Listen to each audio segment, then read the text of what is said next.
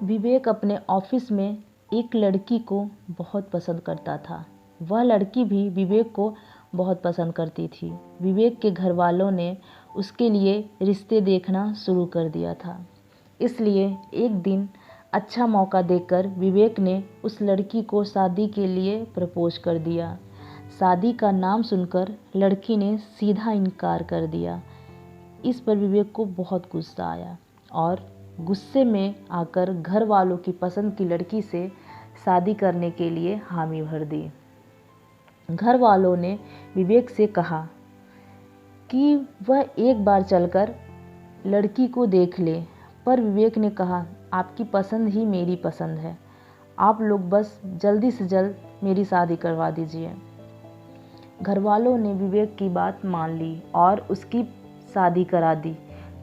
पूरी शादी में दुल्हन का मुंह घूंघट से ढका हुआ था, इसलिए विवेक दुल्हन का चेहरा नहीं देख पाया। विवेक की पत्नी निशा विदाई के बाद उसके कमरे में घूंघट डालकर रात भर विवेक के आने का इंतज़ार करती रही, पर विवेक उस रात कमरे में नहीं आया। विवेक ने निशा से शादी बस उस ऑफिस वाली लड़की को जलन महसूस कराने के इरादे से की थी।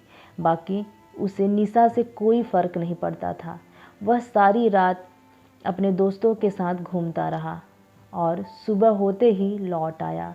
निशा उसके इंतज़ार में बैठे हुए ही सो गई थी।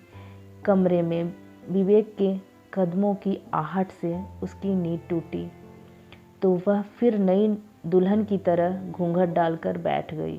विवेक ने उसकी तरफ देखा और कहा, देखो, तुम मुझसे कोई उम्मीद मत रखना, और ये उम्मीद तो बिल्कुल नहीं रखना कि मैं तुम्हारे चेहरे से घूंघट उठाऊंगा। मैं किसी और से प्यार करता हूँ, भले ही अब वह नहीं करती, पर मैं उसके अलावा किसी और का नहीं हो सकता।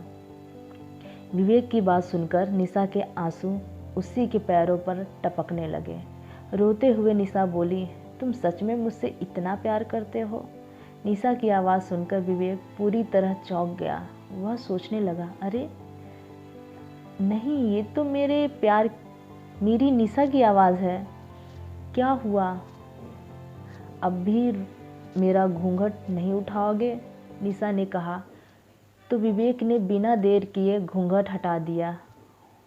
आह, तुम दुल्हन के रूप में कितनी सुंदर लग रही हो, मेरी निशा, मेरी पत्नी निशा। विवेक खुशी से बावला हुआ जा रहा था कि ये वही लड़की है जिसे मैं हमेशा से अपनी पत्नी बनाना चाहता था। फिर विवेक ने पूछा कि ये सब कैसे हुआ?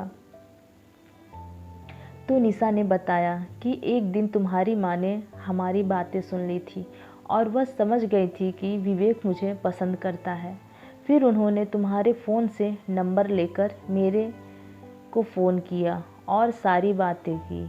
मेरी तरफ से हाँ सुनकर माँ जी ने मेरे घर वालों से शादी के लिए बात कर ली। मैं आपको सरप्राइज़ देना चाहती थी, इसलिए शादी के लिए मना कर दिया, लेकिन तुम इतने अकड़ू थे कि शादी से पहले एक बार भी मिलने को राज़ी नहीं हुए और सरप्राइज़ इतना लंबा खिंच गया।